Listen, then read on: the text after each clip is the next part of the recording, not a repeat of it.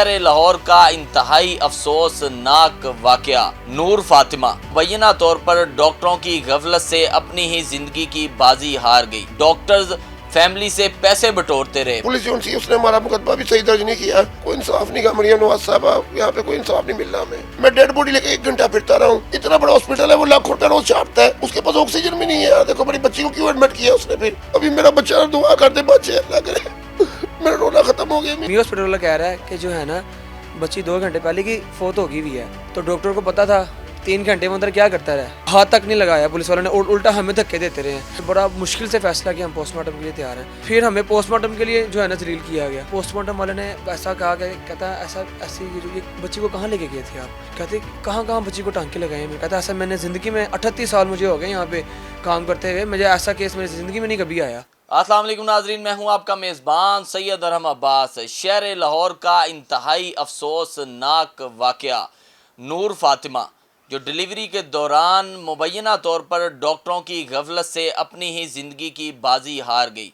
और सबसे अफसोस इस बात का है कि डॉक्टर्स फैमिली से पैसे बटोरते रहे। पहले 2.5 लाख जमा करवा दें, फिर 50,000 दें तो आपकी बेटी की बॉडी आपको वापस करेंगे। जब उन्होंने इनको बॉडी वापस की तो बताया कि हमारे पास ऑक्सीजन नहीं है, ये बिल्कुल ठीक है, आप इनको दूसरे अस्पताल ले जाएं। जब फैमिली दूसरे अस्पताल लेके जाती है अपनी बेटी को तो तब पता चलता है कि बेटी को दुनिया से रुखसत हुए 2 घंटे गुजर गए हैं और अस्पताल में डॉक्टर्स इनसे पैसे बटोरते रहे। सारा वाकया क्या है, मेरे साथ नूर फातिमा के वालिद साहब मौजूद हैं, इन्हीं से जानते हैं। अस्सलाम वालेकुम। वालेकुम सलाम। बड़ा ही दिलखराश वाकया। डॉक्टरों की मुबैना गफलत से आपकी बेटी 20 साला नौजवान नूर फातिमा ज़िंदगी की बाजी हार गई।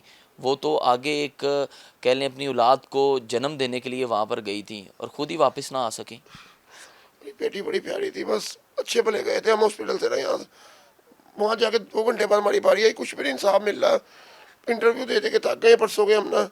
कोई पुलिस जो थी उसने हमारा मुकदमा भी सही दर्ज नहीं किया। 302 का मुकदमा ना कहते 322 का होएगा जी दर्ज। आज कचहरी से भी अभी हम 3 घंटे 4 घंटे खजल होके आए हैं। वो कह रहे पोस्टमार्टम रिपोर्ट नहीं चाहिए थी, थानेदार कह रहा है तफ्तीशी, वो कह रहा है वो हमें चाहिए रिपोर्ट फ़र्द की। अब सुबह देखे फ़र्द की कराने फिर कचहरी जाएंगे, फिर जज के आगे पेश होंगे। कोई इंसाफ नहीं। मरियम नवाज साहब यहाँ पे कोई इंसाफ नहीं मिल रहा हमें। जब हमारी इनसे बात हुई ज़ीशान साहब से तो इन्होंने बताया कि जब हमने पुलिस से रिजू किया तो पुलिस इनकी बात ही नहीं सुन रही थी। उन्होंने अपनी मर्जी की FIR जो है, कहा था कि अगर आप हमारी बात, हमने वहाँ तोड़ फोड़ कोई नहीं, मेरे दामाद ने सिर्फ शीशा तोड़ा था। एक आधे घंटे बाद ही, बल्कि 15 मिनट बाद ही वहाँ पे फिर प्रेशर होना शुरू हो गए थे।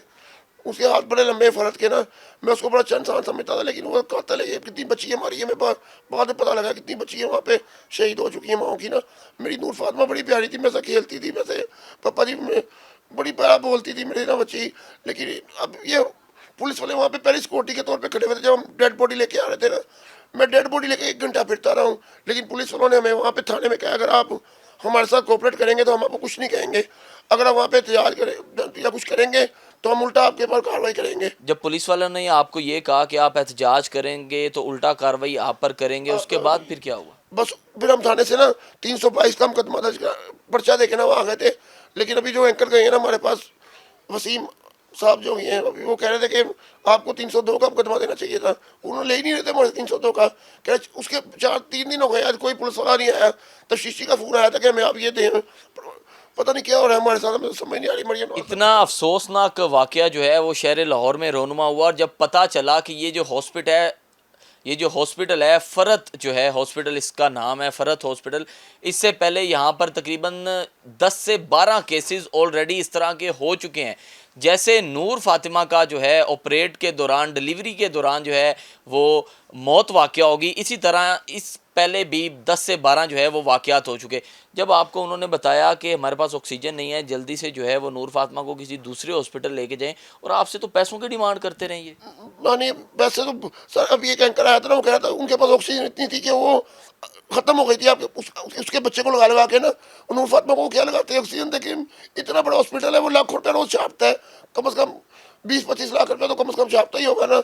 उसके पास ऑक्सीजन भी नहीं है। देखो मेरी बच्ची को क्यों एडमिट किया उसने। फिर और भी किसी की बच्ची मर सकती, ब्लड भी नहीं है, नर्सरी भी नहीं है, लेबॉर्ट्री भी नहीं है। अभी मेरा बच्चा दुआ करते बच्चे अल्लाह करे, मेरा रोना ख़त्म हो गया। मैं ये बताया जा रहा है जी, नूर फातिमा तो ख़ुद दुनिया से रुखसत होगी। उनका एक बहुत ही प्यारा बेटे को उन्होंने जन्म दिया, उसकी भी हालत थोड़ी सी क्रिटिकल है, वो भी इस वक्त जो है वो आईसीयू में एडमिट है और फैमिली का सारा रुझान जो है अब उस बेटे की तरफ है।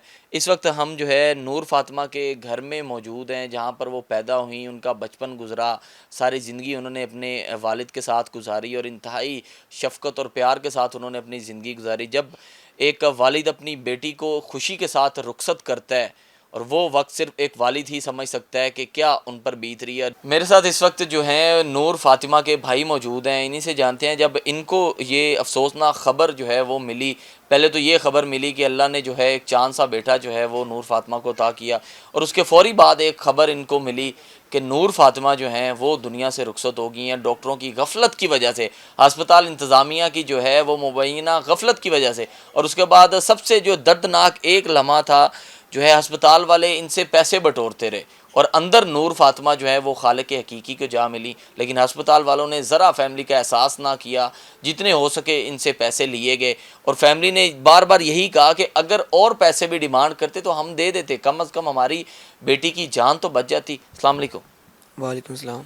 सर, जब आपको पता चला कि आपकी बहन के साथ इतना बड़ा हैपन हो चुका है, पहले तो एक खुशखबरी सुनाई गई और उसके फ़ौरी बाद एक ख़बर आती है, तो आप कहाँ थे उस वक्त, क्या हुआ? सर जी मैं घर ही था, पहले खबर आई है कि माशाल्लाह जो है ना बेटा हुआ है, तो हम खुशी से फूले नहीं समाये, सारे घर में ऐसे खुश हो गए। उसके आधे घंटे बाद ही कि पता लगा कि उसकी बच्ची की तबीयत ख़राब हो गई है, तो जो है ना उसको मी हॉस्पिटल लेके जा रहे हैं। पहले हम फटाफट जो है फ़रत हॉस्पिटल भागे हैं, वहाँ से पता लगा कि वो जो है ना मी हॉस्पिटल चले गए हैं। तो जो है ना वो जैसे ही जो है ना मी हॉस्पिटल पहुँचे हैं, वहाँ पे चाचू सारे हमारे फैमिली वाले रो रो के उनका बुरा हाल। तो पता लगा कि जैसे ही चाचू बता रहे कि अहमद डॉक्टर ने कहा कि उसकी सांसें चल रही हैं, तो यहाँ पे लेके आए डॉक्टर वाले मी हॉस्पिटल वाले कह रहे हैं बच्ची को तो 2 घंटे हो गए, बच्ची फोत हो गई हुई है। तो हम दोबारा फ़रत हॉस्पिटल भागे, हमने वहाँ जाके देखा फ़रत ने पहले जो है ना पुलिस को बुला लिया हुआ था। अच्छा, आप लोगों के आने से पहले पुलिस जो है वो हॉस्पिटल वालों ने बुला ली कि उनको पता था कि फैमिली जो है वो अग्रेशन दिखाएगी, गुस्सा करेगी, उन्होंने अपनी हिफाजत के लिए जो है पुलिस बुला ली? तो जो है ना क्या कहते हैं, उसने हमें ये कह, अगर मी हॉस्पिटल वाला कह रहा है कि जो है ना बच्ची 2 घंटे पहले की फोत हो गई हुई है, तो डॉक्टर को पता था 3 घंटे में अंदर क्या करता रहा। ऑपरेशन ज़्यादा देर, कितनी देर का होता है बड़ा ऑपरेशन? बड़ी लंबी छलांग है, 15 मिनट 20 मिनट। हाँ जी, तो वो 3 घंटे हमारी बच्ची के अंदर क्या करता रहा। ठीक है, जब उससे केस ख़राब हुआ है, यहाँ पे हमारा एक मोहम्मद अली गुजर रहता है चेयरमैन, वो सरपरस्ती करता है उस हॉस्पिटल की ना, उसको बुलाया इन्होंने। तो हमने जब पूछा आप इधर क्या कर रहे हैं, वो कहते मेरी भतीजी जो है ना यहाँ पे दाखिल है। तो फिर वो जो है ना वहाँ से वो फटाफट वो भी निकला। तो फिर उसके बाद उसने फटाफट यहाँ से पुलिस भेजी। आपको पता है हमारी बहन थी, हमसे नहीं बर्दाश्त हुआ, हमने कहा मैं डॉक्टर चाहिए। पहले उन्होंने 4-5 पुलिस वाले भेजे, उनसे हम काबू नहीं है। SHO आ गया, SHO से भी हम काबू नहीं, फिर DSP आ गया। DSP बाबर साहब कहते हैं मैं ਤੁਹਾਡੇ ਤੇ पर्चा दे दूँगा, तुम पीछे हट जाओ। अच्छा, उल्टा पुलिस वाले आप लोगों को कहते हैं कि आप लोगों पे पर्चा दे देंगे?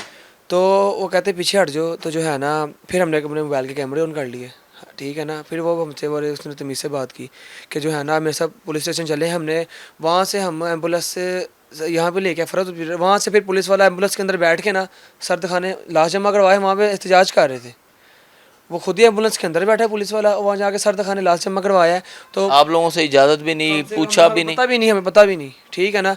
उसके बाद वो कहता आप सारे थाने आ जाओ, हम जो है ना आपकी बात सुनेंगे। लो जी, हमारे सारे वहाँ पे फैमिली सारी लेडीज़ रोड पे बैठी हुई थी, हमने सारा रोड ब्लॉक कर दिया था।